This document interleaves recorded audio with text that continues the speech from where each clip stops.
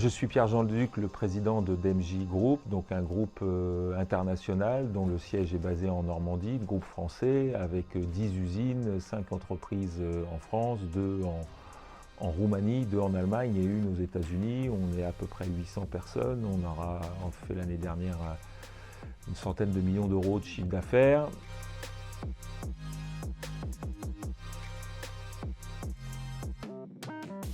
Dans le sport, on a développé une technologie qu'on avait développée historiquement pour l'aéronautique et qu'on a transférée dans le monde du sport et loisirs pour Decathlon, où on a développé avec eux une chaussure de football 100% en fait en composite thermoplastique, où on mélange à la fois des fibres thermoplastiques et puis du surmoulage.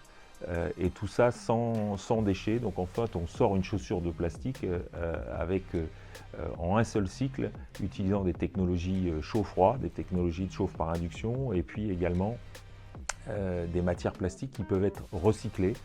Donc il y a des versions 100% matière vierge ou des versions qui sont en cours de développement avec des matières qui sont recyclées.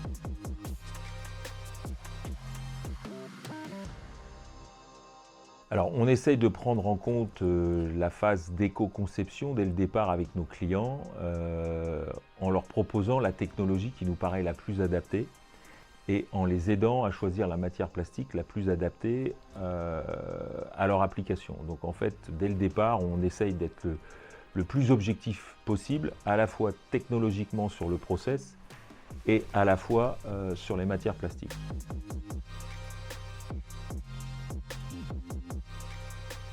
Je ne pense pas que ça soit possible. Le sport sans plastique, c'est plutôt avec quel plastique en fait? Parce que le plastique, c'est aussi les composites et il y a énormément de plastique qui est utilisé dans les équipements sportifs, ne serait-ce que la perche du sauteur par exemple, ou les chaussures des sprinteurs.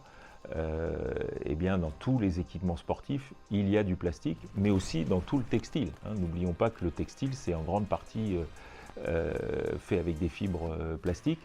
Donc le sport sans plastique, je dirais, c'est impossible.